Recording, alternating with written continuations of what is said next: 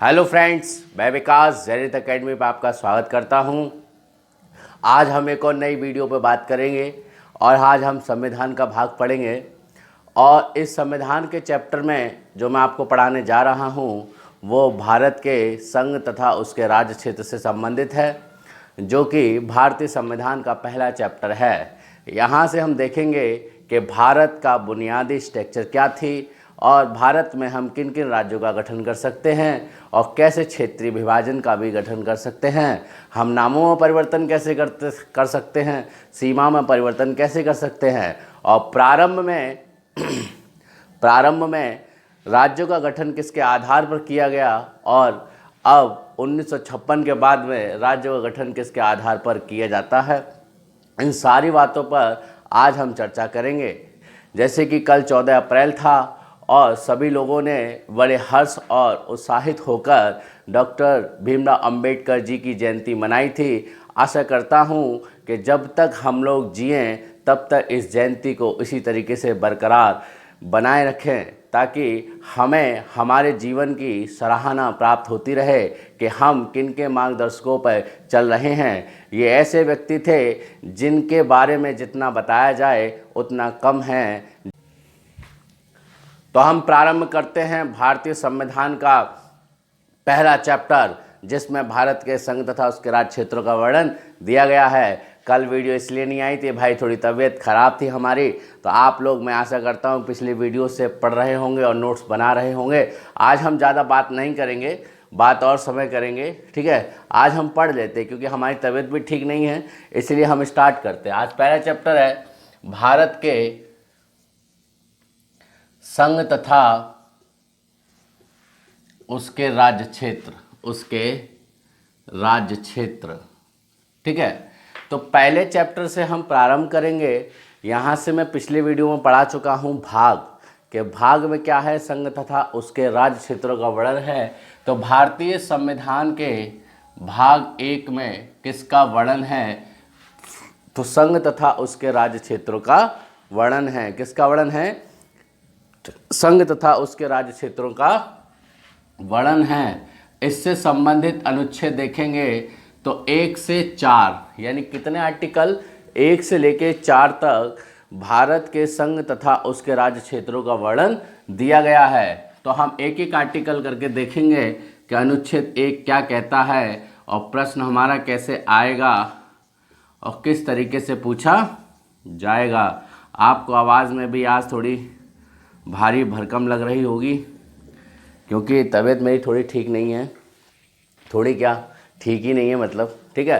तो हम पहला आर्टिकल देखते हैं कि भारतीय संविधान का अनुच्छेद 1 क्या कहता है। अनुच्छेद 1 क्या कहता है, भारत अर्थात इंडिया, भारत अर्थात इंडिया राज्यों का संघ होगा, राज्यों का संघ होगा, ठीक है।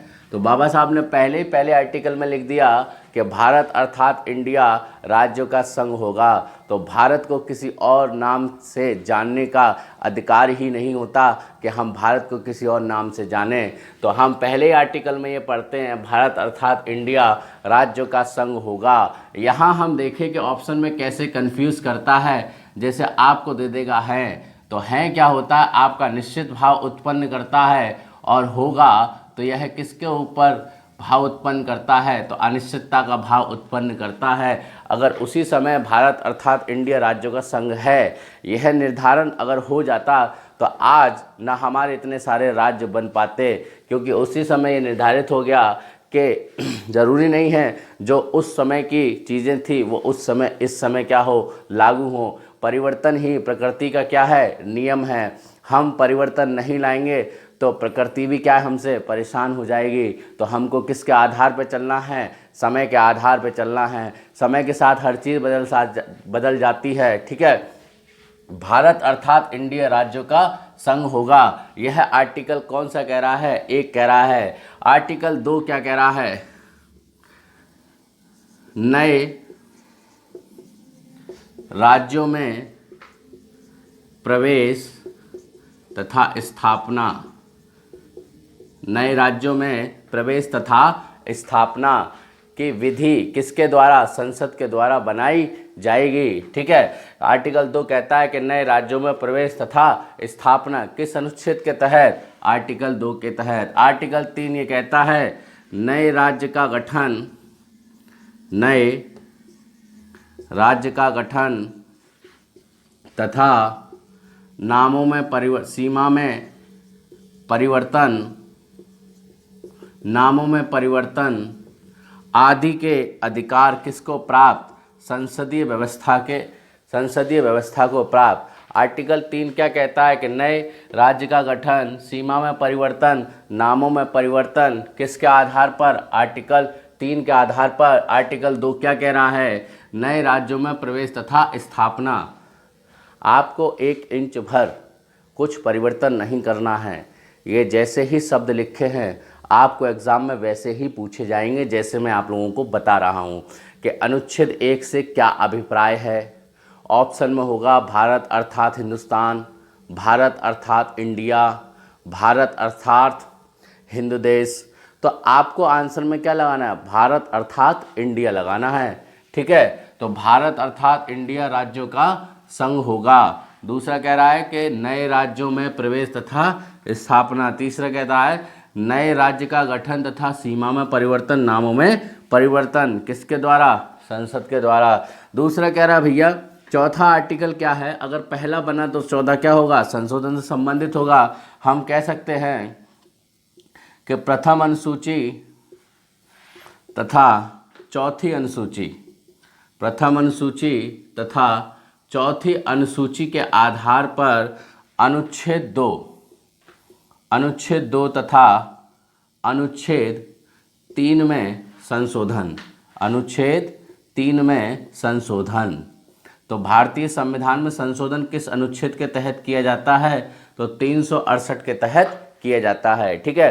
अनुच्छेद 4 में क्या कहा गया है कि प्रथम अनुसूची तथा चौथी अनुसूची के आधार पर अनुच्छेद 2 तथा अनुच्छेद 3 में क्या कर सकते हैं, हम संशोधन कर सकते हैं। या हम कह सकते हैं अनुच्छेद 368 के तहत, अनुच्छेद 368 के तहत अनुच्छेद 2 तथा 3 में हम क्या कर सकते हैं, संशोधन कर सकते हैं। इतना समझ में आया।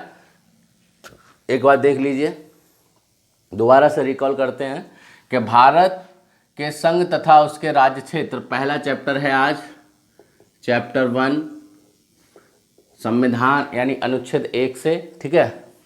तो भारत के संघ तथा उसके राज्य क्षेत्र का वर्णन भाग 1, संबंधित अनुच्छेद 1 से 4। आपको यहाँ ये भी दे सकता है कि संघ राज्य क्षेत्रों का वर्णन किस में दिया गया है, संघ राज्य क्षेत्र का प्रावधान किस में दिया गया है, तो आर्टिकल 1 से 4 में दिया गया है। ठीक है। यहाँ तो समझ में आया। अब आगे चलते हैं।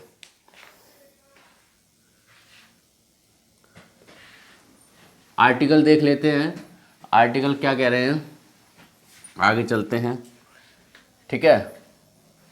आज थोड़ा पढ़ाने में मन भी नहीं लग रहा है और तबीयत भी ठीक नहीं है, लेकिन आप लोग मेहनत करते रहें, मैं आपके साथ बिल्कुल मेहनत से हूँ और टेंशन फ्री रहेंगे हम लोग। ठीक है। आगे चलते हैं, राज्यों के गठन के बारे में हल्की सी बात कर लेते हैं कि राज्य के गठन का वर्णन कैसे दिया गया है। तो राज्य के गठन की बात करते हैं कि पहले क्या थे। जैसे इस प्रश्न से केवल जो आपको याद करना है वह अनुच्छेद 1 याद करना है। क्या याद करना है, अनुच्छेद 1। आपको दूसरा आयोग याद करना है, आयोग में भी आपको अध्यक्ष याद करना है। दूसरा, जब 1 नवंबर 1956 ईस्वी को राज्य पुनर्गठन अधिनियम पारित किया गया तो उस समय 14 राज्य तथा 6 केंद्र शासित प्रदेशों का गठन किया गया। कितने, 6 केंद्र शासित प्रदेशों का गठन किया गया। ठीक है। 1 नवंबर 1956 ईस्वी में राज्य पुनर्गठन अधिनियम जब लागू किया गया था तब कितना था, तो 14 राज्य और 6 केंद्र शासित प्रदेश थे। स्वाभाविक सी बात है। तो भाषाएं भी कितनी होंगी, 14 भाषाएं थी। यदि मैं कहूँ 8वीं अनुसूची, बच्चा लोग पीछे आप जाके देख सकते हैं, 8वीं अनुसूची जब मैंने आपको पढ़ाई है तो वहाँ मैंने आपको संविधान संशोधन भी बताया है कि 92 के संविधान संशोधन के अंतर्गत किसको जोड़ी, कौन सी भाषा को जोड़ा गया। तो अब वर्तमान समय में कितनी भाषाएं हैं, तो अगर हम कहें कि 22 भाषाएं हैं। कौन सी अनुसूची में, 8वीं अनुसूची में, ठीक है। राजभाषा का वर्णन दिया गया है, राष्ट्रभाषा का वर्णन नहीं दिया गया है। संविधान के किसी भी अनुच्छेद में 343 से लेकर 351 तक किसी भी आर्टिकल में इस बात का वर्णन नहीं दिया गया है राष्ट्रभाषा का, केवल भाषा का वर्णन दिया गया है। आप भी संविधान पढ़ते हैं, आर्टिकल पढ़ते हैं 343 और 351, उसमें केवल आप किसका वर्णन कहते हैं, राजभाषा का वर्णन करते हैं, ठीक है। तो उसी तरीके से अगर हमारी जब तक भाषा समान नहीं होगी, जब तक हमारे आचार विचार समान नहीं होंगे, तब तक हम समान नहीं होंगे। तो समान बनने के लिए भाई बहुत त्याग, बलिदान, क्रोध, सब चीज़ का क्या करना पड़ता है, त्याग करना पड़ता है, तब जाके हम समान हो पाते हैं। तो राजभाषा का वर्णन किसमें, 8वीं अनुसूची में, वर्तमान 22 भाषा। अनुच्छेद 1 क्या कहता है, भारत अर्थात इंडिया, भारत अर्थात इंडिया क्या होगा, राज्यों का संघ होगा। यहाँ तक समझ में आई होगी। आयोग, तो आपको धर आयोग जैसा आ गया, किससे संबंधित है, तो आपने जवाब दिया राज्य पुनर्गठन अधिनियम से, या संघ राज्य क्षेत्र से संबंधित है।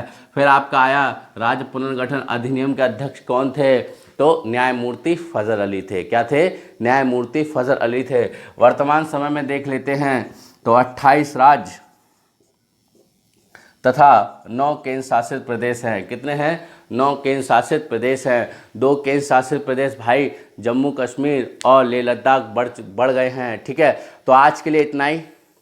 तो जय भीम साथियों, हमको मिलकर संविधान पढ़ना है और जानना है कि हमारे अधिकार क्या हैं। खास तौर पर जो फीमेल कैंडिडेट मेरी वीडियो देख रही हैं, उनको भारतीय संविधान ज़रूर पढ़ना चाहिए और आप लोगों को अपनी हक की लड़ाई स्वयं लड़नी है। कोई किसी के हक के बीच में नहीं आता भाई। हक की लड़ाई, अधिकार पाने के लिए लड़ना पड़ता है, बैठना नहीं पड़ता है। उठो, जागो और भागो, शिक्षित बनो, संघर्ष करो, संगठित रहो। बाबा साहब के 3 मूल मंत्रों को यदि आप अपने जहन, दिमाग, दिल, आत्मा, रूह कहीं भी बसा लें, आपको ये 3 मूल मंत्र याद करने पड़ेंगे। आप शिक्षित बने, संघर्ष करें और संगठित रहें। भाई बंद मुट्ठी में जो घूसा पड़ता है ना, वो चटाक सी आवाज़ केवल थप्पड़ में आती है। तो वार ऐसा करो कि दम भी निकले और आवाज़ भी ना आए, दम भी निकले और आवाज़ भी ना आए।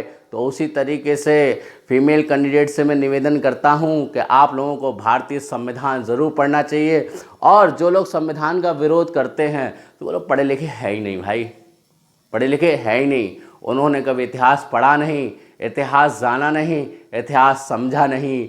इतिहास जानना बहुत ज़रूरी है। तो आप क्या करें, इतिहास पढ़ें, फिर उसके बाद में क्या पढ़ें, संविधान पढ़ें। तो मेरी वीडियो को लाइक करें, शेयर करें और सब्सक्राइब करें चैनल को, और ज़्यादा से ज़्यादा करवाएं। जिनको मेरी बातें अच्छी ना लगें वो लोग भी क्या करें, लाइक करें, शेयर करें, सब्सक्राइब करें। नमस्कार। क्योंकि जले पे नमक छिड़कना बहुत ज़रूरी है भाई, तभी तो आदमी चेटेगा। Bye bye.